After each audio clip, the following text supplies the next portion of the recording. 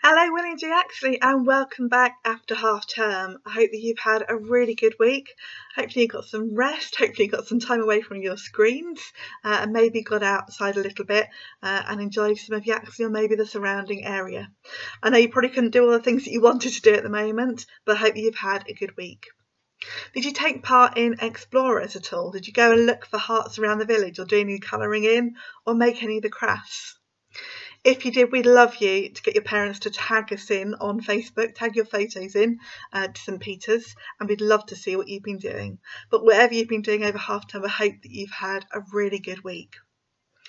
So we are in the second half term of this term, amazingly, and we are heading towards Holy Week and towards Easter. I know it's a few weeks away yet, but that's what we are looking towards as Christians. We thought about in our assembly before half term that we are now in Lent, which is the season where we think about getting ourselves ready, preparing ourselves for what happens in Holy Week and at Easter. And we'll be thinking a little bit more about that. Not quite yet, but in a few weeks' time we'll be thinking about that. But for the next few weeks we're going to be following something very special, and I'm really excited about it. We're going to be following Bishop Stephen's Lent Challenge. Now, our school, Willie and Yaxley, sits within the Diocese of Ely, which is an area of churches. So all churches that are Church of England sit in certain areas around the country, and they're called dioceses, and we sit in the Diocese of Ely. So the cathedral that we look to is Ely Cathedral, and you were part of their carol service just before Christmas. And so our bishop, who's the person that looks after the area of Ely, is Bishop Stephen. And every year he sets his schools a Lent challenge. And I think this year's Lent challenge is brilliant. It's called A Hope and a Future. And we're going to be thinking about different parts of that every week. Today we're going to be thinking about a great story. It's one of my favourites, and a particular symbol, a particular thing that helps us and helps me particularly as a Christian to remember God's promises and God's faithfulness. So I wonder how you are feeling in this week, coming back to school after half term, or maybe still being homeschooling. We know that this term again, things might change again for you. You might come back into school if you've not been there. We don't know at the moment. And so sometimes when things are difficult, it can be really hard to think about having hope and having a future. Hope is really important to us as human beings, as people, that we have hope. And we'll all have hope probably in different ways and in different things. As a vicar, as a Christian, I have my hope in Jesus, because we remember the life and the death of Jesus. We're going to think more about that in a minute. I don't know if just before half term you would have seen the new American president, what they call inauguration. And at that there was a wonderful poet who did a wonderful poem. I'm just going to read a few lines of that poem. She's called Amanda Gorman, and she wrote this. When day comes, we step out of the shade, aflame and unafraid. The new day blooms as we free it, for there is always light. If only we're brave enough to see it. If only we're brave enough to be it. That is just an amazing set of words, because it thinks about how there is always hope and a future. And sometimes we need to be that hope for other people. We've talked about shining the light.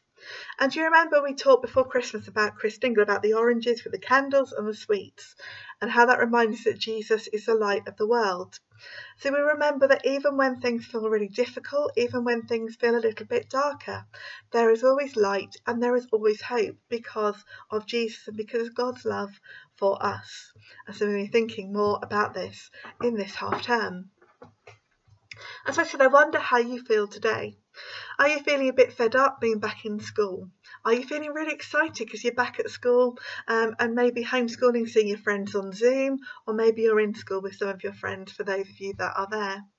Or maybe you're feeling really fed up because you're not with your friends, you're not seeing them, you're not having those fun times with them. Maybe things are difficult at home in homeschooling, maybe you're all trying to share one computer. There are lots of things going on at the moment. And again, do you remember an assembly that we had in the last half term? And I took you into church and I showed you our windows.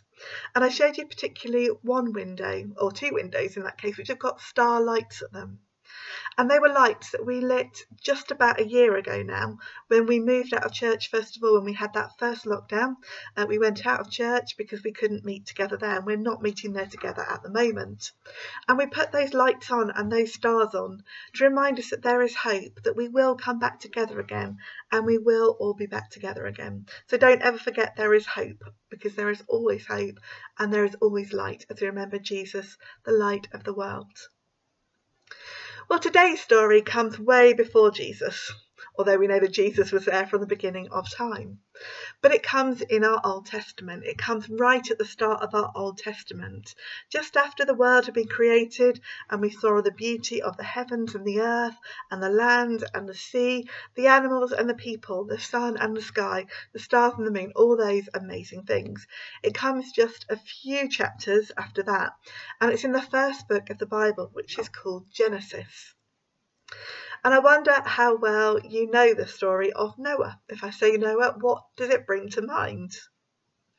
Well, I'm going to read a little bit of the first part of the story, and then we're going to think shortly about the second part of the story. But the first part of the story comes from Genesis chapter 9, and it says this. After 40 days, Noah opened a window. So remember, Noah built a huge ark, and I mean huge. And he put on it lots of different animals, 2 of every species. So I wonder, when he built the ark, I wonder what he thought. It's a bit of a strange request from God. Build this huge ark. And then God said, I want you to fill it with animals. I wonder what kind of animals were on it. I've got a few. I wonder what you think. Sheep? Very possibly, because we have sheep now. Fish? I wonder how they kept safe on board it. Oh, sorry, this one talks as well. I wonder how they stayed alive on the ark. Perhaps they had special areas to keep them in. What about llamas? Do you reckon they had llamas? Don't know. Reindeers? Maybe. What about dinosaurs? Perhaps not, because dinosaurs were from a long, long time ago. Or maybe even my favourite, unicorns. We know that this ark was filled with lots of different animals. We know that the ark was also filled with Noah and his family. So keep all of this in mind. We've got this big boat that have been floating on the waters because God said he was going to flood the earth, because people had been so bad and so awful that God thought, oh, I've created this beautiful world, I'm going to have to start again. So they've been floating on this ark for a very long time, and suddenly the ark comes to rest. Okay, so the ark had come to rest, and after 40 days Noah opened the window that he'd made in the ark, and he sent out a raven, which is a bird. If you go down to London, you'll hear more about ravens at the Tower of London. And the raven kept flying back and forth until the water had dried up from the earth. Then he sent out a dove to see if the water had receded from the surface of the ground. But the dove could find nowhere to perch, because there was water all over the surface of the earth. Just think what it's like in Yaxley when we have all that flooding. There is water everywhere, isn't there? So the dove returned to Noah in the ark. Noah reached out his hand and took the dove and brought it back into the ark. And then Noah waited 7 more days again and sent out the dove from the ark. When the dove returned to him in the evening, there in its beak was a freshly plucked olive leaf. Then Noah knew that the water had receded, so it had all gone down from the earth. Noah waited 7 more days and sent out the dove again, and this time it did not return to him. So that's the story so far. We've had the ark that's been built, we've got an ark full of people and of animals, and then the ark comes to rest. And Noah sends out different birds to see whether or not they come back. Have they found anything? Have they found a place to make it home? And eventually that dove did not come back. So what we know at that point is that Noah and his family and the animals then left the ark. Now, in our church service a couple of weeks ago, we thought about this story. We thought about the story of what happened. And so I'm going to read the next part of the story.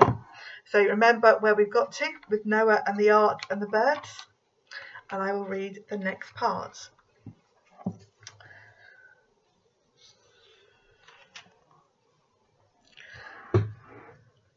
Then God said to Noah and his sons, "As for me, I'm establishing my covenant with you and your descendants after you, and with every living creature that is with you, the birds, the domestic animals, so like our pets today, and every animal of the earth with you, as many as came out of the ark.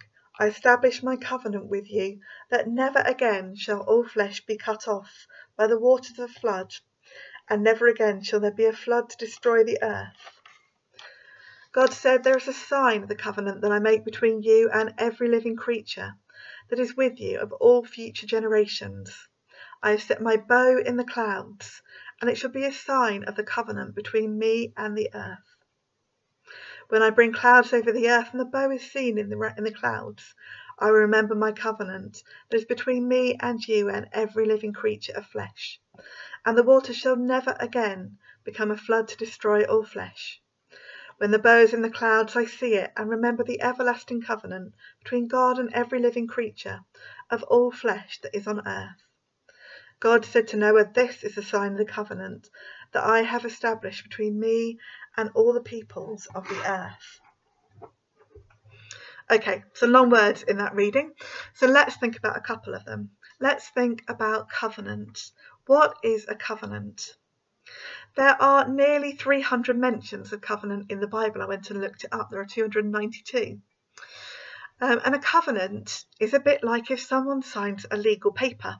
So think maybe your parents had to sign something, maybe proof of a passport or identity, or just sign something to say that they would do this. They are making a covenant, and a covenant is a promise. So we know about promises, we know about keeping promises, making promises that we can keep. And so a covenant is a promise. So God is promising Noah and all the people and all the animals at that point that he will never again flood the world. Now, we've seen small floods, we've seen some pretty awful things happen through floods, but never again has the whole world been flooded. And so God talks about this covenant, this promise, and we know that God's promises are always certain. He will always keep them. But on this occasion, God gives a sign of his promise, and he talks about the bow. Now, the bow is not a pretty thing that you might tie on a piece of paper or tie on your shoelaces. A bow is something really special. It's a very special Christian symbol. And the bow is a rainbow. Now, rainbows have appeared a lot over the last year. As maybe you've gone for your walk every day around the village, you have seen the beautiful rainbows that people have made and put up around our village. They are fantastic. And they really have cheered people up, and they cheered me up as I've walked around the village. Some people have been really creative. I made a rainbow cross, so I drew a cross and I drew it in rainbow colours and put it in my window to remind me of the hope that I have in Jesus. But when I see a rainbow, I remember God's promises. I remember that God is always faithful. So we're going to look at another different picture of a rainbow. You can't see that brilliantly, I don't think, but that's the picture that's on the front of our Lent challenge about a hope and a future. And I'm guessing it was taken somewhere in the fens because it looks very flat and it looks like it's over some of the dikes that are in the fens.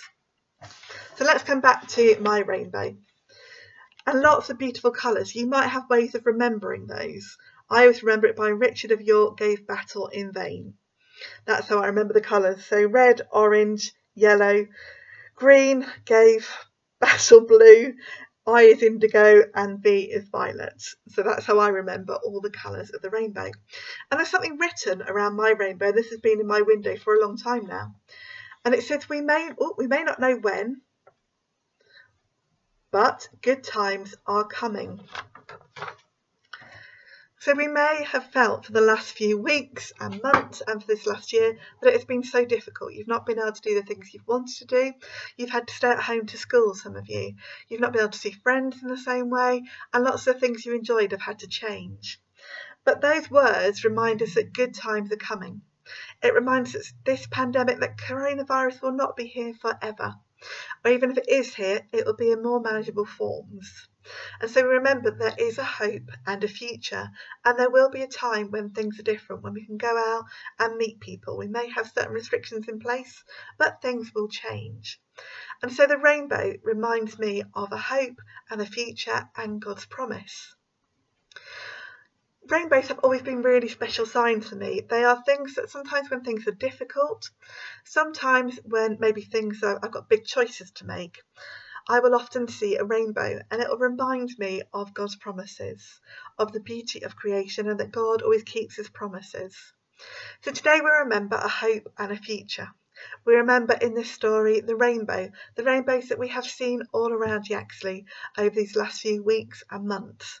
And maybe you want to make another rainbow to put up in your window. Maybe you want to do a picture to cheer somebody up on their walk. Because what we remember today and in these few weeks and for always is that we have a hope and a future.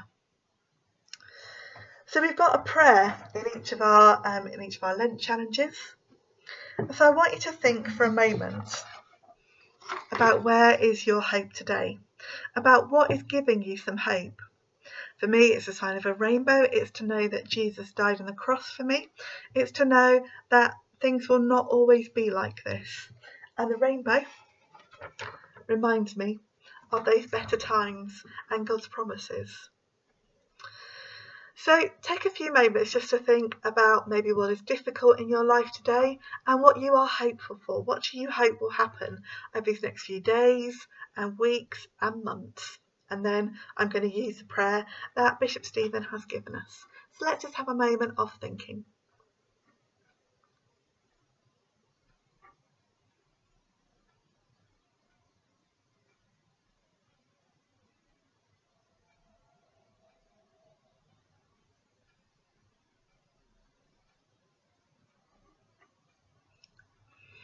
Loving God, we thank you that there is always a hope and there is always a future. As we think about the story of a rainbow today, help us to know the hope that is in the beauty of the rainbow. As we see those in the sky, as we see them in people's windows, help us to remember this story of Noah and this special promise that God made for all people and for all time. And so I say the prayer that Bishop Stephen has given us to use. This day is full of promises of everything that's good. Help me face the challenges and do the things I should. Amen. So as you go into this week, as you come into the weekend and go into next week, we continue to think about being hopeful, about having a hope and a future. And help us to be hopeful. Even though there are challenges, we are still hopeful and we look ahead. And we remember the sign of the rainbow, that we may not know when, but good times are coming. And maybe we can make those good times today in different ways, in the way we care for each other, in the choices that we make. Have a great week, look after yourselves, and I look forward to seeing you again next week. Take care, won't you, Yaxley? God bless. Bye.